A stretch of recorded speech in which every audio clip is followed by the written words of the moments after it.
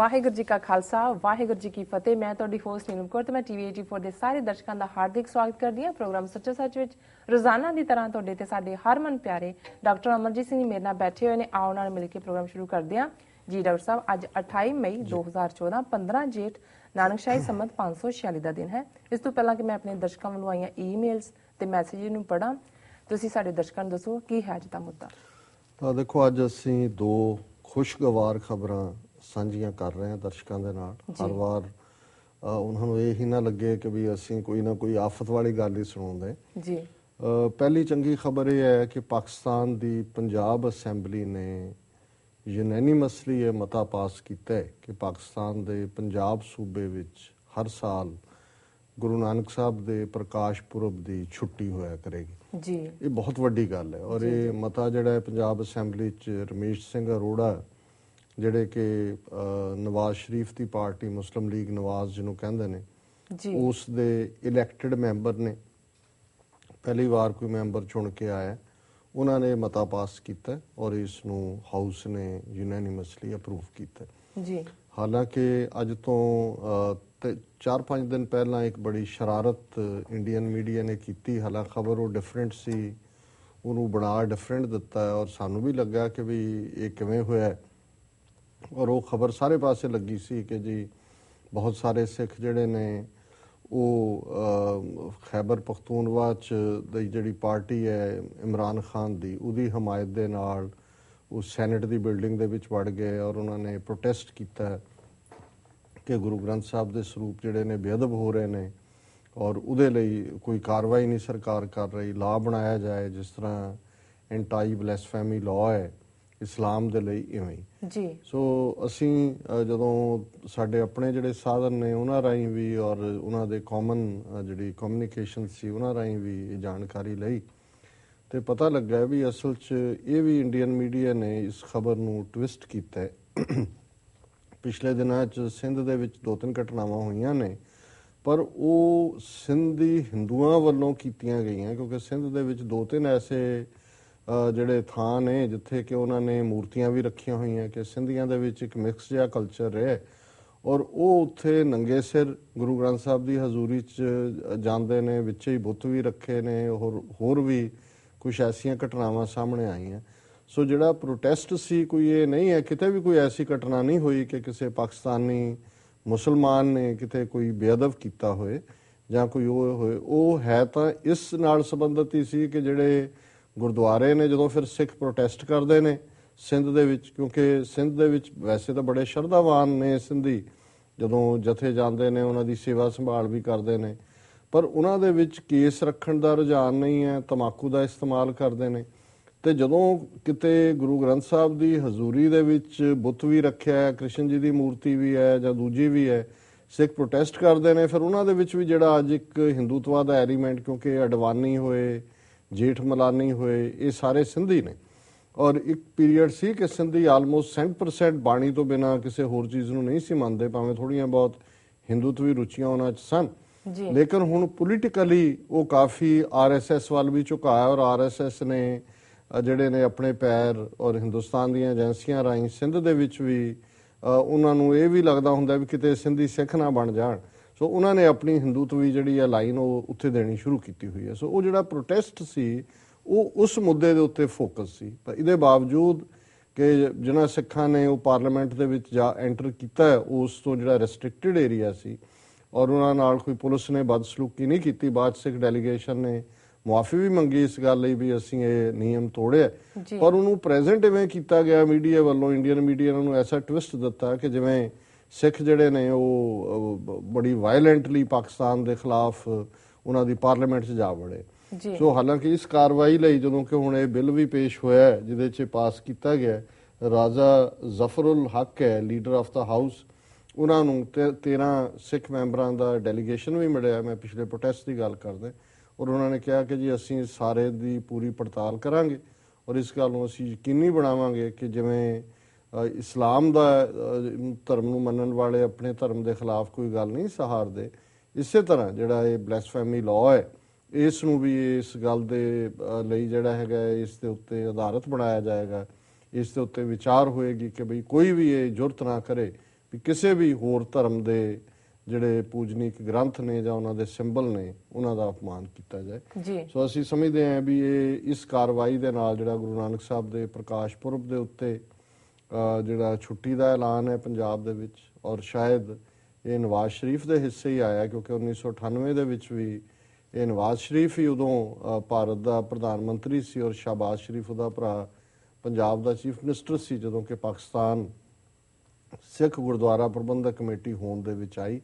ਇਹ ਵੀ ਪਹਿਲੀ ਵਾਰ ਸੀ ਕਿ ਕਿਸੇ ਇਸਲਾਮਿਕ ਕੰਟਰੀ ਦੇ ਵਿੱਚ ਘੱਟ ਗਿਣਤੀ ਦੀ ਜਿਹੜੀਆਂ ਧਾਰਮਿਕ ਥਾਵਾਂ ਨੇ ਉਹਨਾਂ ਦੇ ਪ੍ਰਬੰਧ ਲਈ ਮੁਕੰਮਲ ਜਿਹੜਾ ਇੱਕ ਸਿੱਖ ਕਮੇਟੀ ਹੋਣ ਦੇ ਵਿੱਚ ਲਿਆਂਦੀ ਗਈ ਹੈ ਜੀ। ਔਰ ਇਹ ਚੰਗੀ ਗੱਲ ਹੈ ਵੀ ਪਾਕਿਸਤਾਨ ਦੇ ਸਿੱਖ ਬੇਸ਼ੱਕ ਉਹਨਾਂ ਦੀ ਗਿਣਤੀ 20,000 ਤੋਂ ਜ਼ਿਆਦਾ ਹੈ, ਕੋਈ ਬਹੁਤ ਜ਼ਿਆਦਾ ਨੰਬਰ ਨਹੀਂ, ਕੋਈ ਲੱਖਾਂ 'ਚ ਨਹੀਂ ਹੈ, ਲੇਕਿਨ ਇਹਦੇ ਬਾਵਜੂਦ ਉਹਨਾਂ ਦਾ ਪਾਕਿਸਤਾਨ ਦੇ ਵਿੱਚ ਬਹੁਤ ਸਤਿਕਾਰ ਹੈ ਔਰ ਉਹ ਗਵਰਨਮੈਂਟ ਹੋਏ ਦੂਸਰੇ ਅਦਾਰੇ ਹੋਣ ਇਸ ਗੱਲ ਨੂੰ ਯਕੀਨੀ ਬਣਾਉਂਦੇ ਨੇ ਕਿ ਸਿੱਖਾਂ ਦੀ ਜਿਹੜੀ ਮਰਿਆਦਾ ਹੈ ਜਾਂ ਉਹਨਾਂ ਦਾ ਜਿਹੜਾ ਧਾਰਮਿਕ ਆਜ਼ਾਦੀ ਹੈ ਉਸ ਦੀ ਰੱਖਿਆ ਹੋਏ। ਔਰ ਇਹੀ ਕਾਰਨ ਹੈ ਕਿ ਪ੍ਰਕਾਸ਼ ਦਾੜੇ ਨਾਲ ਔਰ ਕਿਰਪਾਨ ਪਾ ਕੇ ਉੱਥੇ ਪਾਕਿਸਤਾਨ ਦੀ ਫੌਜ ਦੇ ਵਿੱਚ ਵੀ ਕੈਪਟਨ ਹਰਚਰਨ ਸਿੰਘ ਗਏ ਨੇ, ਉਹਨਾਂ ਦੇ ਟ੍ਰੈਫਿਕ ਦੇ ਵਿੱਚ ਵੀ ਆਏ ਹੈ ਔਰ ਈਵਨ ਮੈਡੀਕਲ ਫੀਲਡ 'ਚ ਵੀ ਡਾਕਟਰ ਮਹੀਪਾਲ ਸਿੰਘ ਉਹਨਾਂ ਨੇ ਚੰਗਾ ਨਾਮਣਾ ਖੱਟਿਆ।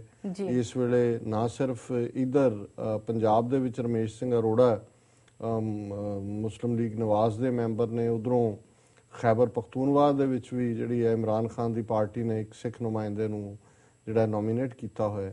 ਸੋ ਇਹ ਇੱਕ ਬੜੀਆਂ ਹਾਂ ਪੱਖੀ ਗੱਲਾਂ ਨੇ ਔਰ ਪਾਕਿਸਤਾਨ ਦੇ ਸਿੱਖ ਬੜੇ ਜਾਗਰੂਕ ਵੀ ਨੇ ਜੀ ਜੀ। ਔਰ ਇਹੀ ਕਾਰਨ ਹੈ ਕਿ ਜਿਵੇਂ ਨਾਨਕਸ਼ਾਹੀ ਕੈਲੰਡਰ ਮੂਲ 2003 ਦੇ ਮਾਮਲੇ ਜਦੋਂ ਦਾ ਲਾਗੂ ਹੋਇਆ ਪਾਕਿਸਤਾਨ ਦੇ ਵਿੱਚ ਉਹੀ ਕੈਲੰਡਰ ਚੱਲਦਾ ਹੈ, ਉਹਨੂੰ ਹੀ ਉਹਨਾਂ ਨੇ ਮਾਨਤਾ ਦਿੱਤੀ। ਹਾਲਾਂਕਿ ਪਿਛਲੇ ਦਿਨਾਂ 'ਚ ਇਹਨਾਂ ਨੇ ਟਿੱਲ ਲਾਇਆ, ਪਹਿਲਾਂ ਅਵਤਾਰ ਸਿੰਘ ਹਿੱਤ ਗਿਆ, ਫਿਰ ਮੱਕੜ ਗਿਆ, ਮੱਕੜ ਨੇ ਤਾਂ ਝੂਠ ਬੋਲਿਆ, ਉੱਥੋਂ ਜਾ ਕੇ ਬਿਆਨ ਦੇ ਦਿੱਤਾ ਜੀ ਮੰਨ ਲਿਆ ਪਾਕਿਸਤਾਨ ਦੇ ਸਿੱਖਾਂ ਨੇ ਕਿ ਜੀ ਉਹ ਸਾਡਾ ਸੋਧਿਆ ਹੋਇਆ ਹਿੰਦੂਕਰਨ ਕੀਤਾ ਕੈਲੰਡਰ ਮੰਨਣਗੇ।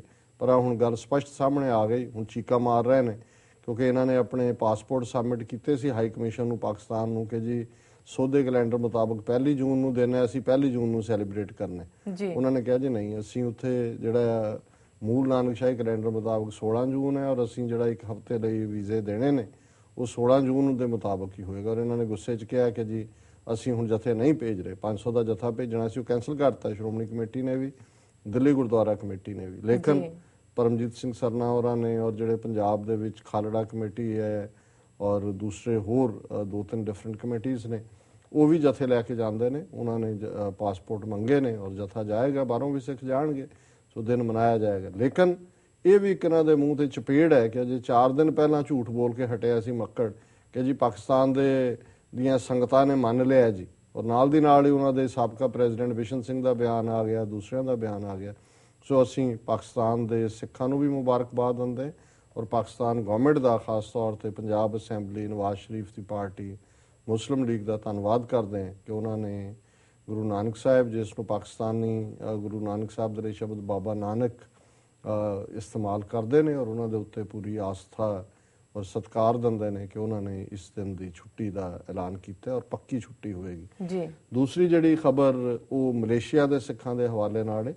ਇੱਕ ਬੜੀ ਟ੍ਰੈਜਡੀ ਹੋਈ ਸੀ ਕੁਝ ਸਮਾਂ ਪਹਿਲਾਂ 8 ਮਾਰਚ ਨੂੰ ਜਦੋਂ ਕਿ ਮਲੇਸ਼ੀਆ ਦਾ MH370 ਜਹਾਜ਼ ਜਿਹੜਾ ਕਿ ਕੁਆਲਾਲੰਪੁਰ ਤੋਂ ਬੀਜਿੰਗ ਦੇ ਲਈ ਉੱਡਿਆ, 1 ਘੰਟੇ ਦੇ ਵਿੱਚ ਉਹ ਰਡਾਰ ਤੋਂ ਗਾਇਬ ਹੋ ਗਿਆ ਔਰ ਪਿਛਲੇ ਲਗਭਗ 3 ਮਹੀਨੇ 'ਚ ਭਾਰੀ ਯਤਨਾਂ ਦੇ ਬਾਵਜੂਦ ਅਮਰੀਕਾ ਨੇ ਅਸਿਸਟ ਕੀਤਾ ਹੈ, ਚਾਈਨਾ ਨੇ ਕੀਤਾ ਹੈ, ਉਹ ਪਤਾ ਹੀ ਨਹੀਂ ਲੱਗਾ ਵੀ ਜਹਾਜ਼ ਕਿੱਥੇ ਗਿਆ, ਸਮੁੰਦਰ ਚਲਾ ਗਿਆ, ਕੀ ਹੋਇਆ ਜੀ। ਸੋ ਉਸ ਜਹਾਜ਼ ਦੇ ਵਿੱਚ 14 ਦੇਸ਼ਾਂ ਦੇ ਮੁਸਾਫਰ ਸਨ, 227, 12 ਉਹਨਾਂ ਦੇ ਕਰੂ ਮੈਂਬਰ ਸੀ। ਸੋ ਇੱਕ ਬੜੀ ਵੱਡੀ ਟ੍ਰੈਜਡੀ ਹੈ। ਸੋ ਮਲੇਸ਼ੀਆ ਦੇ ਵਿੱਚ 1 ਲੱਖ ਤੋਂ ਜ਼ਿਆਦਾ ਸਿੱਖ ਰਹਿੰਦੇ ਨੇ, 200-300 ਗੁਰਦੁਆਰੇ ਨੇ, ਲਗਭਗ 110-15 ਸਾਲ ਪਹਿਲਾਂ ਮਲੇਸ਼ੀਆ 'ਚ ਗਏ, 5ਵੀਂ ਜਨਰੇਸ਼ਨ ਹੈ ਉੱਥੇ ਸਿੱਖਾਂ ਦੀ ਜੀ ਜੀ ਔਰ ਉਹ ਪੂਰੇ ਐਕਟਿਵ ਨੇ ਹਰ ਫੀਲਡ ਦੇ ਵਿੱਚ। ਸੋ ਸਿੱਖਾਂ ਨੇ ਇਹ ਫੈਸਲਾ ਕੀਤਾ ਕਿ ਵੀ ਸਾਨੂੰ ਵੀ ਇਹ ਜਿਹੜੇ ਸਾਡੇ ਮਲੇਸ਼ੀਅਨ ਜਹਾਜ਼ ਤੇ ਮਾਰੇ ਗਏ ਮੁਸਾਫਰ ਨੇ ਉਹਨਾਂ ਦੇ ਪਰਿਵਾਰਾਂ ਦੇ ਲਈ ਜਿਹੜਾ ਹੈ ਕੋਈ ਆਪਣੀ ਹਮਦਰਦੀ ਦਾ ਇਜ਼ਹਾਰ ਕਰਦੇ ਆ, ਕੋਈ ਯੂਨੀਕ ਐਕਟੀਵਿਟੀ ਕਰਨੀ ਚਾਹੀਦੀ ਹੈ।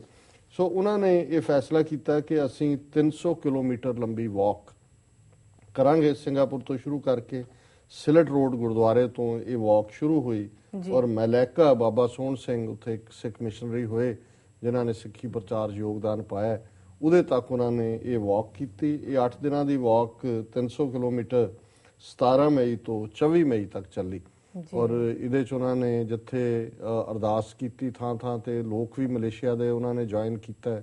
ਬੜੀ ਵੱਡੀ ਗਿਣਤੀ ਚ ਉਹਨਾਂ ਦੇ ਅਲੱਗ-ਅਲੱਗ ਮਿਨਿਸਟਰਸ ਵੀ ਆਉਂਦੇ ਰਹੇ ਔਰ ਇੰਨਾ ਹੁੰਗਾਰਾ ਮਿਲਿਆ ਉੱਥੇ। ਉਹਨਾਂ ਨੇ ਰਸਤੇ ਦੇ ਵਿੱਚ ਹਿਊਮੈਨਿਟੇਰੀਅਨ ਏਡ ਦੇ ਲਈ ਜਿਹੜਾ ਹੈ ਉਹ ਫੰਡ ਵੀ ਇਕੱਠਾ ਕੀਤਾ ਤਾਂ ਕਿ ਜਿਹੜੇ ਬੱਚੇ ਨੇ ਜਾਂ ਲੋੜਵੰਦ ਨੇ ਉਹਨਾਂ ਦੀ ਮਦਦ ਕੀਤੀ ਜਾ ਸਕੇ।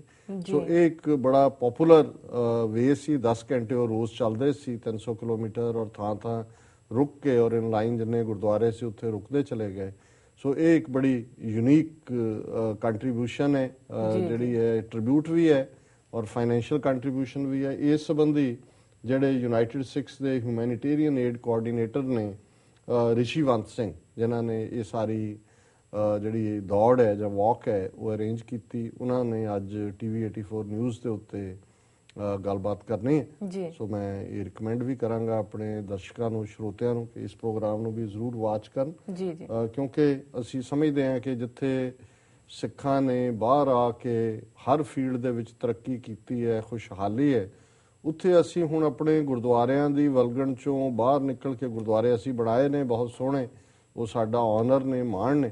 ਲੇਕਿਨ ਇਸ ਗੱਲ ਦੀ ਹੁਣ ਜ਼ਰੂਰਤ ਹੈ ਕਿ ਅਸੀਂ ਬਾਹਰ ਨਿਕਲ ਕੇ ਵੀ ਜਿਹੜੀ ਮੇਨ ਸਟ੍ਰੀਮ ਕਮਿਊਨਿਟੀ ਹੈ ਜਿਨ੍ਹਾਂ ਮੁਲਕਾਂ 'ਚ ਅਸੀਂ ਰਹਿੰਦੇ ਹਾਂ ਉਹਨਾਂ ਦੀਆਂ ਐਕਟੀਵਿਟੀਜ਼ ਦੇ ਵਿੱਚ ਵੀ ਸ਼ਾਮਲ ਹੋਈ ਹੈ, ਉਹਨਾਂ ਦੇ ਦੁੱਖ ਸੁੱਖ ਦੇ ਵਿੱਚ ਵੀ ਸ਼ਾਮਲ ਹੋਈ ਹੈ ਔਰ ਵੱਧ ਚੜ ਕੇ ਸਿੱਖ ਤਾਂ ਜਮਾਂਦਰੂ ਗੁਰੂ ਨੇ ਸਾਨੂੰ ਸਰਬੱਤ ਦੇ ਭਲੇ ਦੀ ਗੁੜਤੀ ਦਿੱਤੀ ਹੋਈ ਹੈ ਔਰ ਕਿਸੇ ਵੀ ਮੁਸ਼ਕਲ ਦੇ ਵੇਲੇ, ਮੁਸੀਬਤ ਦੇ ਵੇਲੇ ਸਿੱਖ ਜਿਹੜੇ ਨੇ ਉਹ ਸਭ ਤੋਂ ਅੱਗੇ ਹੁੰਦੇ ਨੇ ਕਿਸੇ ਵੀ ਗੱਲ ਲਈ। ਪਰ ਕਈ ਵਾਰੀ ਸਿਰਫ ਪ੍ਰਾਇਰਟਾਈਜ਼ ਕਰਨ ਦੀ ਲੋੜ ਹੁੰਦੀ ਹੈ। ਸੋ ਅਸੀਂ ਮਲੇਸ਼ੀਆ ਦੇ ਸਿੱਖਾਂ ਨੂੰ ਵੀ ਔਰ ਖਾਸ ਤੌਰ ਤੇ ਯੂਨਾਈਟਿਡ ਸਿੱਖਸ ਚੈਪਟਰ ਨੂੰ ਮਲੇਸ਼ੀਆ ਦੇ ਨੂੰ ਮੁਬਾਰਕਬਾਦ ਦਿੰਦੇ ਹਾਂ ਕਿ ਉਹਨਾਂ ਨੇ ਇਹ ਇੱਕ ਬੜਾ ਅੱਛਾ ਜੈਸਚਰ ਕੀਤਾ। ਜੀ ਡਾਕਟਰ ਸਾਹਿਬ, ਤੁਹਾਡਾ ਬਹੁਤ-ਬਹੁਤ ਧੰਨਵਾਦ। ਤੁਸੀਂ ਅੱਜ ਦਾ ਮੁੱਦਾ ਸਾਡੇ ਦਰਸ਼ਕਾਂ ਨਾਲ ਸਾਂਝਾ ਕੀਤਾ। ਵਿਊਅਰਸ, ਤੁਸੀਂ ਸਾਡੇ ਨਾਲ ਇਸ ਤਰ੍ਹਾਂ ਜੁੜੇ ਰਹੋ। ਮਿਲਦੇ ਹਾਂ ਛੋਟੇ ਵਕਫੇ ਤੋਂ ਬਾਅਦ।